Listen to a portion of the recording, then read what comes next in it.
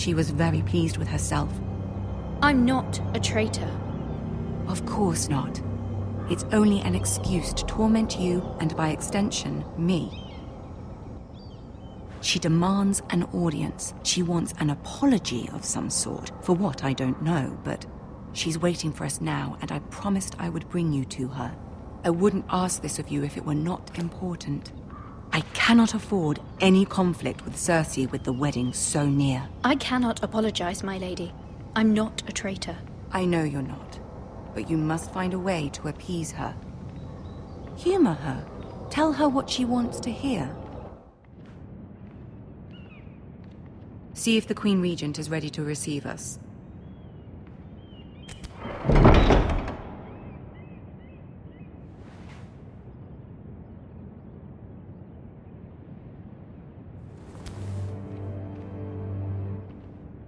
You'll be fine. I know you will. You may feel one thing, but you must say another.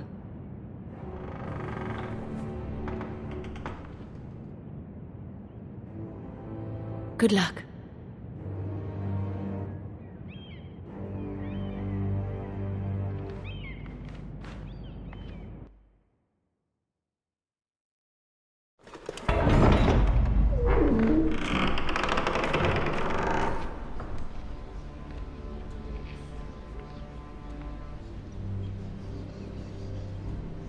You can do this.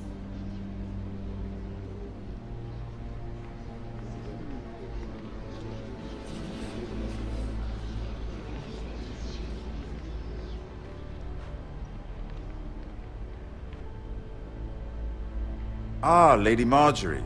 Aren't you looking lovely this evening? Lord Tyrion. Your Grace? With your permission, allow me to introduce Lady Mira of House Forrester.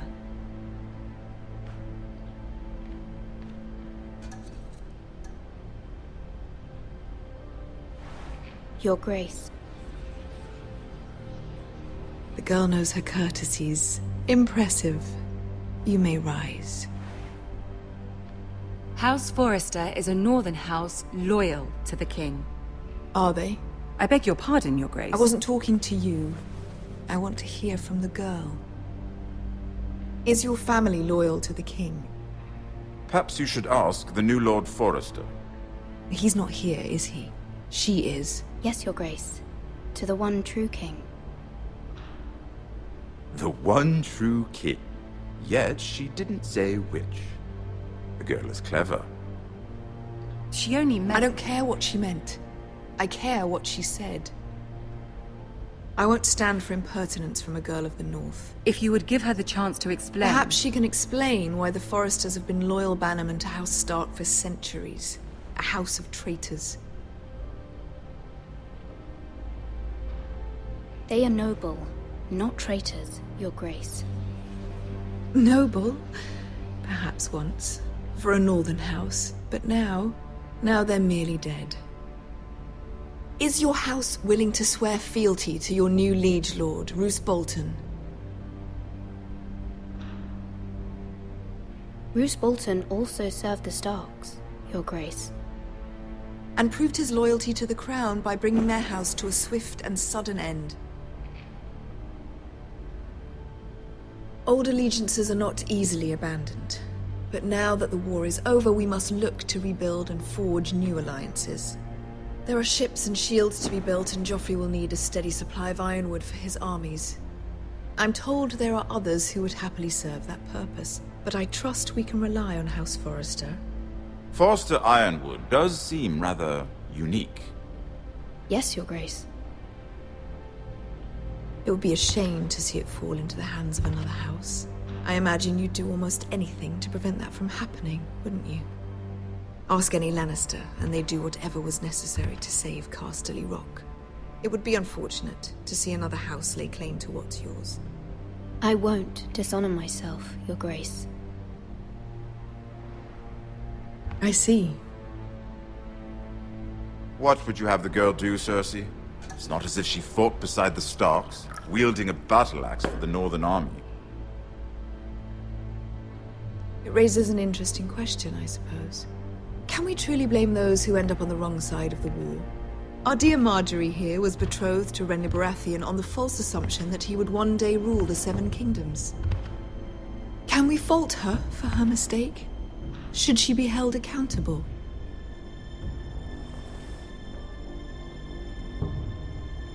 She was just following her heart, Your Grace.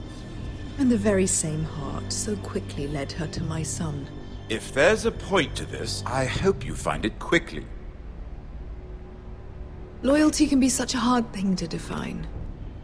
This city alone is filled with all sorts of ambitious opportunists looking to reinvent themselves, pretending to be something they're not. Who knows what lurks within their hearts? You are a girl from the north, here in service to Lady Marjorie. One can only assume her interests are yours. Yet loyalty to a king, that must be absolute, beyond question. And if your loyalties were to become conflicted between your king and the very person whom you serve, what would you do then? I'm sure she would... Let the girl answer the question. My loyalties would never conflict, Your Grace. That's a coward's answer. I will not have my time wasted by a northern girl who thinks she can play games. Who do you choose? I must choose Marjorie, Your Grace. Clearly your handmaiden does not have her priorities straight. She is a threat to the crown, isn't she? The most dangerous handmaiden in all of King's Landing. She's headstrong, isn't she? Not surprising, I suppose, for a northern girl. But not very encouraging either. I'd like a word with you, if I may. Of course, Your Grace.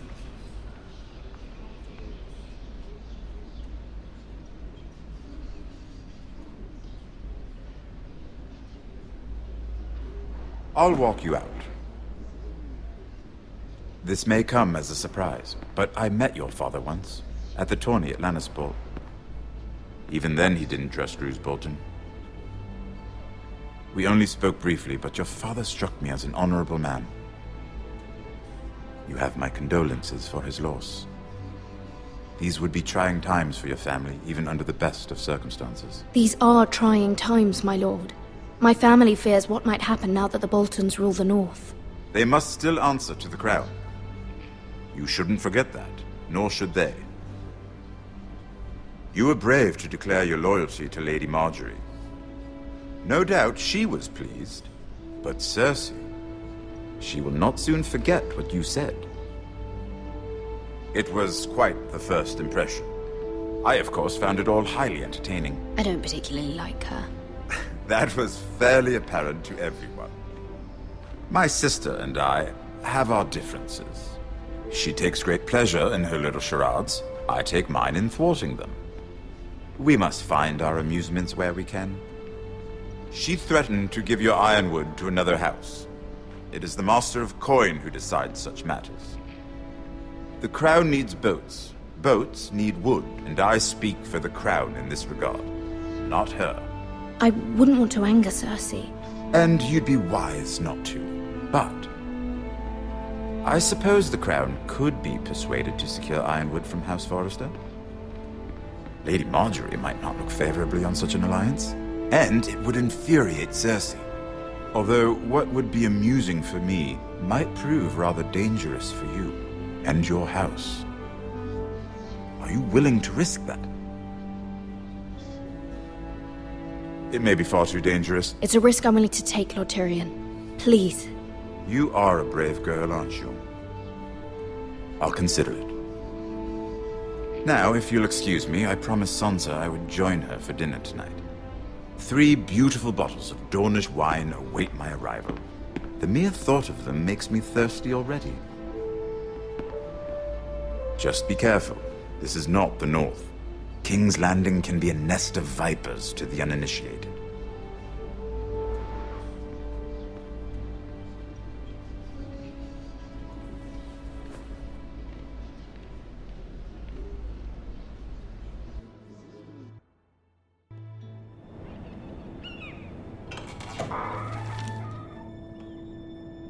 Mira, I was worried. How was it? Cersei has a way of looking at you as though you're nothing. It went well. Really? That's a relief. Cersei is known for being rather difficult. Lady Margaery has spent the entire day working on seating arrangements for the wedding. Of course, you and I are seated way at the back, here with the 4th cousins and the 9th-born sons. Ah, Sir Jaime. I wouldn't mind tarnishing that white cloak of his. Sarah! What? It's true. And Oberyn Martell, the Red Viper. I'm told he has a paramour. He is quite handsome. And quite passionate, from what I've heard. Perhaps Lady Margaery could make the right introductions. Who knows? We might meet our future husbands. Although, marrying a king, I can only imagine what that would be like. Would you marry Joffrey if it meant you'd become queen? He does have a certain look about him, and he's always treated Lady Margaery well. I'd be willing to marry, but not Joffrey. Well, I would marry him. Imagine the power you would have as Queen of the Seven Kingdoms. I might even allow you to be my handmaiden. Let's see, who else should we marry off? Brienne of Tarth and Tyrion Lannister. What a perfect match! Sir Bronn and... What are you doing?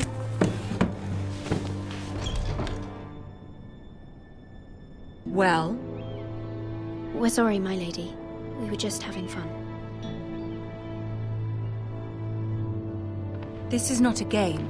It's a battle plan. Allies and enemies can be made with every move. Yet they say it is men who are powerful.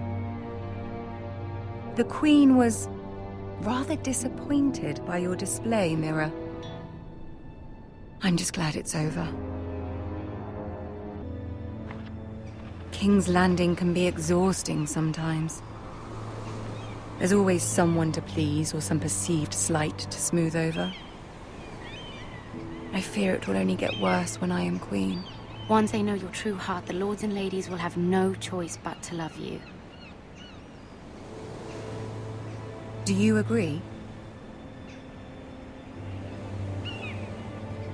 Once you are queen, the lords and ladies will do their best to please you. You learn very quickly. Your words to Cersei were brave, but I know you must fear what the Boltons might do to your family. I do appreciate your willingness to appease her, as difficult as it may have been. Thank you, my lady. There's been something on my mind. Something important.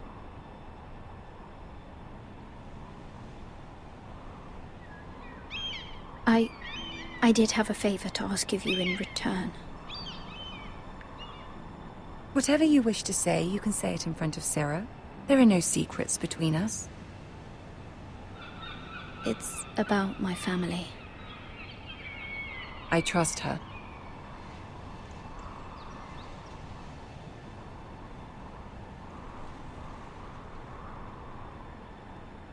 Go on. Ask. Forgive me, my lady. I wouldn't otherwise ask this of you, but my mother insisted. It's about my family. Ramsay Snow. What would you have me do? My mother fears our family will suffer if Ramsay is left to do as he likes. She thought, if a raven could be sent to the Boltons to let them know House Forrester has the protection of the crown. I know it's a lot to ask of you, and I wouldn't otherwise, but she insisted. That is no small request, especially now. I know, my lady, and I wouldn't ask this of you otherwise. But my mother has left me no choice. She insisted. Joffrey knows only too well your family fought for the Starks, and now you would have me ask him to intervene. Is the situation that dire? You can't, my lady. King Joffrey won't like it. Just think how he turned on Lady Sansa.